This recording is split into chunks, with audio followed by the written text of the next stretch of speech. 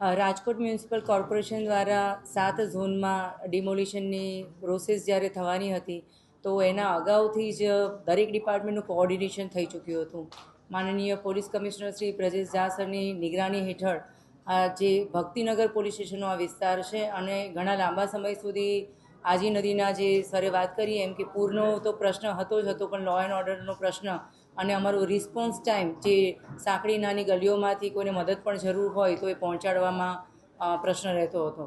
તો આની અંદર સૌથી પહેલાં તો લોક દરબાર, શાંતિ સમિતિ, મહોલ્લા સમિતિ અને જે રીતે વાત કરી કે બિલકુલ સંઘર્ષ વગરનું ડિમોલિશન કરવા માટે ઘરે ઘરે જ્યારે રાજકોટ મ્યુનિસિપલ કોર્પોરેશન, મેડિકલ અને ફાયરની ટીમો જતી, સાથે સાથે PGVCLની ટીમો પણ પોતાની કાર્યવાહી માટે જતી કે લાઇટ કનેક્શન કે નળ કનેક્શન કાપવા જતી, તો પોલીસની ટીમ પણ સાથે રહેતી.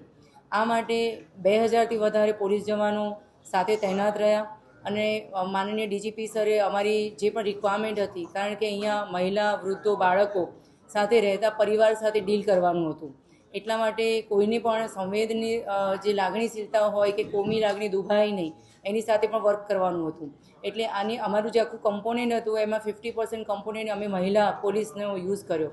એમાં 8 SRPF કંપની અને સ્પેશિયલ એક્શન ટાસ્ક ફોર્સ જે RAFની તર્જ ઉપર બનાવવામાં આવી છે, 2 SAF કંપની અમને ફાળવવામાં આવી અને આખું જે ટેકનોલોજી અને હ્યુમન ઇન્ટેલિજન્સ બંનેની મદદ આપણે લીધી. ડ્રોન સર્વેલન્સથી માંડી અને સોશિયલ મીડિયા મોનિટરિંગથી માંડી અને ગ્રાઉન્ડ લેવલ ઉપર પ્લાનિંગ જે છે એ કરવાથી માંડીને અમારા વોચર્સ જે છે એમણે ખૂબ એક્ટિવ રોલ આની અંદર ભજવેલો છે.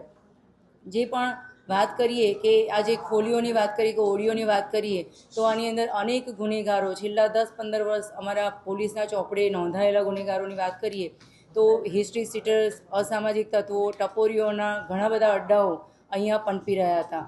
જુગારના અડ્ડા હોય કે દારૂનો અડ્ડો હોય કે નદી કિનારે દેશી દારૂની ભઠ્ઠીઓ હોય કે પછી NDPSના મોટા મોટા ડ્રગ્સના રેકેટ પકડ્યા હોય. છેલ્લામાં છેલ્લી ફાયરિંગની ઘટના ઘટી એમાં અમે ગુસ્સી ટોકમાં અમારી ક્રાઇમ બ્રાન્ચે જેમને પકડ્યા છે એવી ગેંગો પણ અહીંયા એમને આશ્રય સ્થાન રહેલું હતું.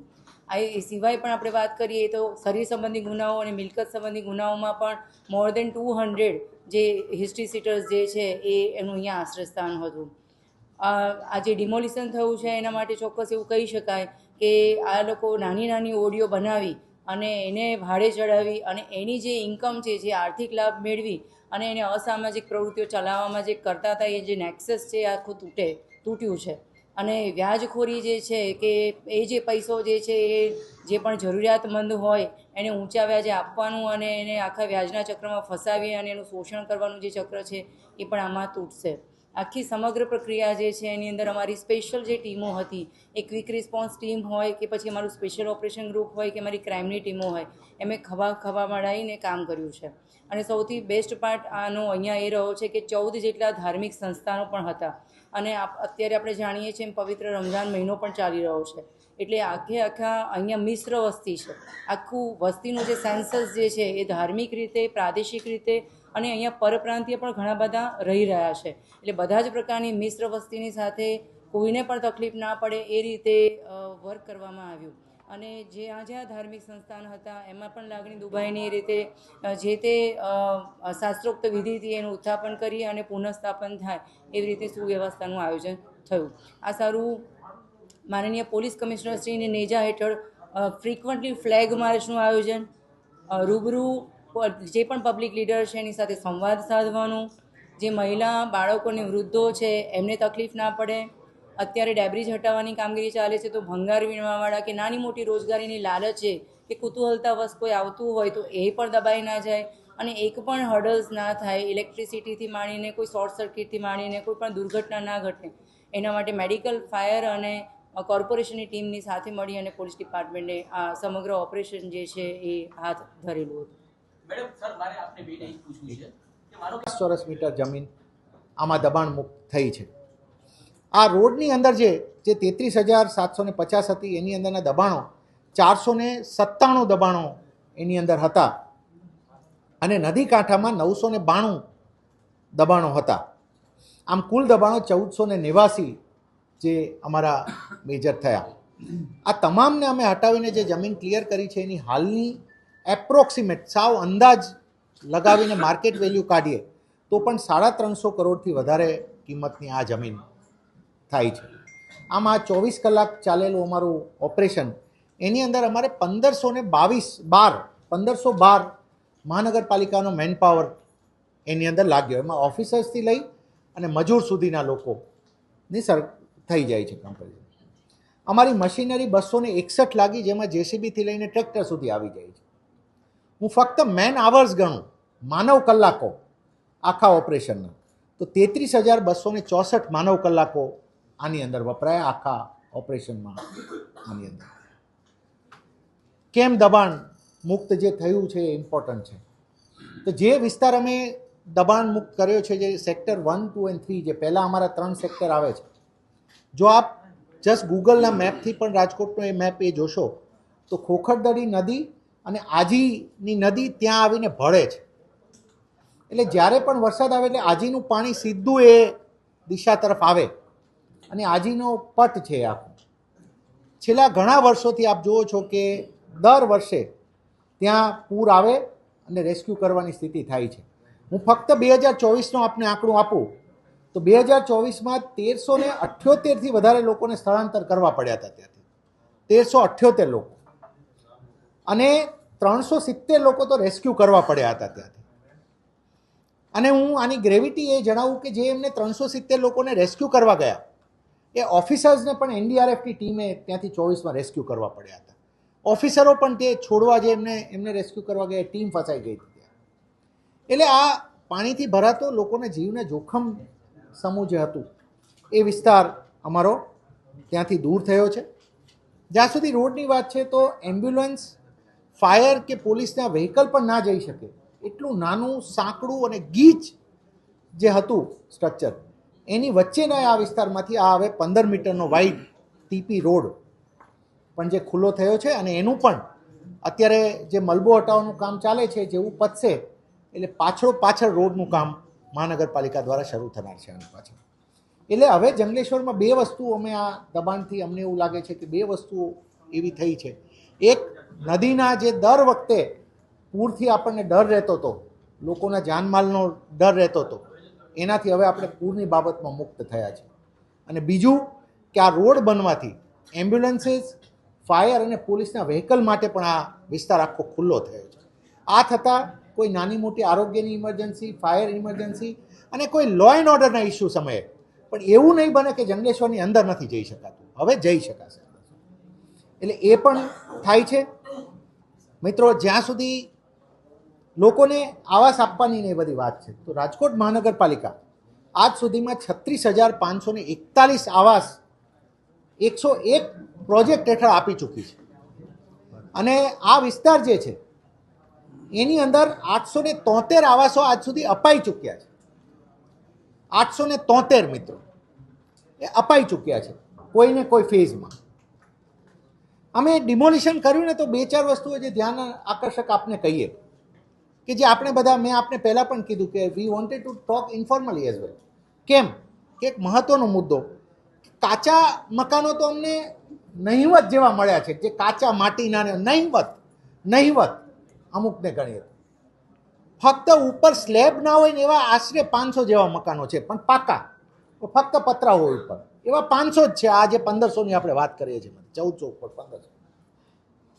બાકી જે 989 મકાનો છે એ વિગત થોડી વિચારવા જેવી છે.